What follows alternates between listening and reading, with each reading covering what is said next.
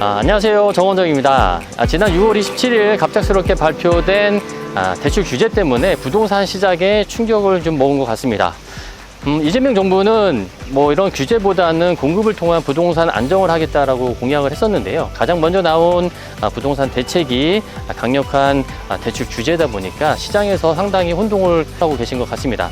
6억 이상 대출은 금지한다. 그리고 주택담보대출을 통해서 주택을 매입했을 경우에는 무조건 입주를 해야 된다라는 실거주 중심의 그런 대출만 하겠다라는 얘기고요. 이런 규제들은 부동산 시장에 어떤 영향을 줄 것인가 많은 고민들을 하실 거라고 봅니다. 그렇지만 중요한 거는요. 어떠한 이런 규제라도 풍선 효과는 있을 수 있다라고 생각을 하고요. 서울의 10억 이하의 이런 중저가 아파트라던가 아니면 중심지의 재개발 투자 쪽에 영향을 줄 것이라고 좀 생각을 합니다. 그래서 어떻게 보면 기존에는 재개발 투자 시장이 대출에 의한 투자라기보다는 기본적으로 내 여윳돈으로 투자를 했었던 그런 시장이기 때문에 이번 규제에도 영향을 크게 받지 않는 그런 풍선 효과를 볼 수 있는 지역이다. 또 하나는 이렇게 풍선 효과를 볼 수 있는 지역이기 때문에 굉장히 빠르게 물건이 소진되었던 그런 속도들이 앞으로는 조금 더 이렇게 물건 소진되는 속도가 투자자가 유입되는 속도가 빨라지지 않을까라는 생각이 들어서 재개발에 관심 있으신 분들이라면 조금 더 집중하셔서 투자 시장을 한번 보시는 것도 좋으실 것 같습니다. 아파트 시장뿐만 아니라 빌라 거래량도 올해 들어서 급격하게 상승하고 있고요. 가격뿐만 아니라 물건도 빠지는 속도도 굉장히 빠르다고 여러 번 말씀을 드렸었습니다. 그리고 그 중심은 재개발 투자를 위한 그런 거래들이었는데요. 재개발 투자 같은 경우에는 투자자와 실거주하는 시장이 완전히 나눠져 있는 상황이다 보니까 기본적으로는 투자하시는 분들이 유입이 되면 그렇게 물건이 많이 나오는 그런 시장은 아닙니다. 그동안에 중심지 위주로 움직였었던 이러한 움직임들이 조금 더 가파라지지 않을까. 그래서 중심지는요, 지금 동의서를 걷거나 재개발이 좀 진행이 잘 되거나 입지 좋은 지역들은 물건 구하기가 상당히 어렵다라는 거 알고 계실 것 같은데요. 향후에는 이렇게 재개발 투자에 대한 패러다임이 좀 바뀌지 않을까 생각을 합니다. 그래서 동의서를 조금이라도 걷는 지역들이 금액이 굉장히 많이 올라가 있잖아요. 기본적으로 한 2억 후반에서 3억 정도 이상 되는 지역들이 많고요. 이렇게 동의서를 걷는 움직임만 있더라도 이제 프리미엄이 붙는 시장이다 보니까 어떤 분들은 입지 좋고 이런 노후도 좋고 이렇게 재개발 가능성 높은 지역에 소액으로 선점 투자를 하려고 하시는 분들이 상당히 많아지고 계시다라고 생각이 되고요. 특히나 이런 투자를 고민하셨을 때는 가장 중요한 포인트는 입지다라고 생각이 됩니다. 정원정의 재개발 부동산 인사이트. 저희가 입지를 얘기할 때 입지가 좋은 곳이 어디냐라고 말을 하잖아요. 근데 입지가 좋다는 말은 우리가 서울시에서 정해놓은 지역이 있습니다. 그게 바로 3도심, 7광역 중심, 그리고 12지역 중심인데요. 3도심에서요, 재개발 투자자분들의 관심 속에서 조금 벗어나 있는 지역이라고 하면 어딜까요? 제가 생각하기에는 상당히 중심지에 속하고 있지만 영등포구가 재개발 투자자분들에게는 조금 소외되어 있지 않았나. 영등포구에서 이제 재개발 투자가 활성하게 이루어졌었던 지역은 어떻게 보면 이제 도림 사거리 주변에 있는 장미마을일 거고요. 장미마을 같은 경우에는 재개발 초기 투자 금액이 거의 한 1억 후반에서 2억대 초반 정도 됐었는데 지금은 투자 물건을 찾기 위해서는 2억 중반에서 후반 정도까지 금액이 많이 올라갔다라고 보시면 될 것 같고요. 이러한 금액 상승은 다른 게 있는 게 아니고요. 그냥 단순하게 동의서를 걷기 시작했다라는 그런 분위기 때문에 이런 프리미엄이 붙는다라고 생각을 합니다. 그리고 3도심이라고 하면 종로, 광화문, 그리고 강남, 그리고 여의도라고 하는데요. 여의도가 정확한 명칭은 영등포 여의도 도심지라고 합니다. 그래서 우리 2030 그 생활권 계획에서 여의도 중심지를 보면 여의도뿐만 아니라 영등포 구청역 주변에 있는 중공업 지역까지 아우러서 3도심에 들어간다라고 보시면 될 것 같고요. 제가 지금 있는 이 영등포 구청 주변에 있는 중공업지가 이제부터 재개발 움직임이 활발하게 일어날 수 있는 그런 지역이 아닐까 해서 오늘 이 지역에 나오게 되었습니다. 영등포구청처럼 중공업 지역으로 지정되어 있는 중에서 서울에서 가장 핫한 지역이 어딘지 알고 계시나요? 대부분 아시는 분들도 많으실 것 같은데요. 성수동 일대가 서울의 대표적인 중공업 지역이었습니다. 그런데 그 성수동 주변이 지금 어떻게 변하고 있는지 가보신 분들이라면 정확하게 아실 수 있을 것 같은데요.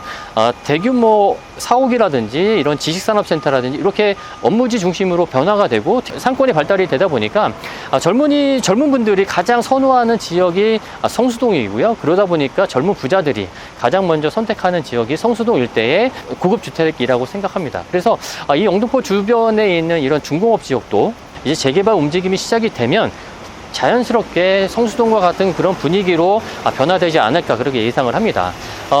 서울시에서도요, 이 영등포 구청역 주변에 있는 이 중공업 지역에 대한 중요성을 인식해서 서울 서남부 대개조라는 개발 계획을 발표했고요. 그 중에 가장 중요 포인트는 개발되지 않은 중공업 지역을 어떻게 개발할 것인지에 대한 부분을 중점적으로 다뤘었는데요.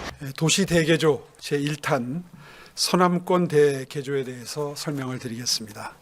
들의 요구가 이어지고 있는 상황입니다. 사실 서남권은 변화를 수용하고 새로운 중심지로 도약할 수 있는 잠재력을 두루 갖춘 지역입니다. 연접 지역에 대규모 신도시가 조성되고 이와 연계한 철도와 고속도로 등 광역 인프라가 구축될 예정입니다. 기존에 중공업지에 주택을 지을 경우 용적률에 제한이 있었습니다. 용적률이 한 250%까지밖에 제한을 받았기 때문에 이런 주택 공급이 좀 어려웠었고요. 지구 단위 계획으로 묶여 있었는데요. 그 지구 단위 계획으로 묶여 있다 보니까 대규모 개발이 조금 어려웠었던 부분들도 있습니다. 기존의 지구 단위 계획은 3개나 4개 필지 정도를 묶어서 소규모로 정비 사업을 하라는 그런 계획이다 보니까 대규모로 뭔가 이런 커다란 재개발을 할 수 있는 그런 상황들이 아니었는데요. 서울 서남부 대개조 발표를 통해서 이러한 중공업지의 지구 단위 계획을 새로 수립했을 때 기존에 있는 지구 단위 계획은 해제가 된다는 것이 명시되어 있기 때문에 향후에 재개발이 진행했을 경우에 충분히 가능성이 높은 그런 여건들이 만들어졌다라고 보시면 될 것 같고요. 소액으로 투자할 수 있는 입지 좋은 중공업 지역에 관심 갖고 투자를 해야 된다. 그리고 중공업지는 용적률이 기본적으로 400%고요. 영등포 구청 주변에 있는 점일 개발되지 않은 이 지역은 노후도가 무려 82%입니다. 그리고 30년 이상 건축물의 비율이 77%이기 때문에 역세권 재개발이나 요즘에 한참 뜨고 있는 도심 복합 개발이나 어떤 재개발도 모두 가능한 그런 노후 여건을 갖고 있는 그런 지역이다라고 보시면 1억대 초반의 투자 금액이 상당히 저렴하다라는 것을 느끼실 수 있을 것 같습니다. 제가 있는 곳은 영등포로에 접해 있는 사거리에 나왔는데요. 제 뒤로 보이시는 곳이 영등포 구청역이고요. 왼쪽으로 한 2km 정도만 가면 여의도고, 오른쪽으로 한 2km 정도만 가면 목동입니다.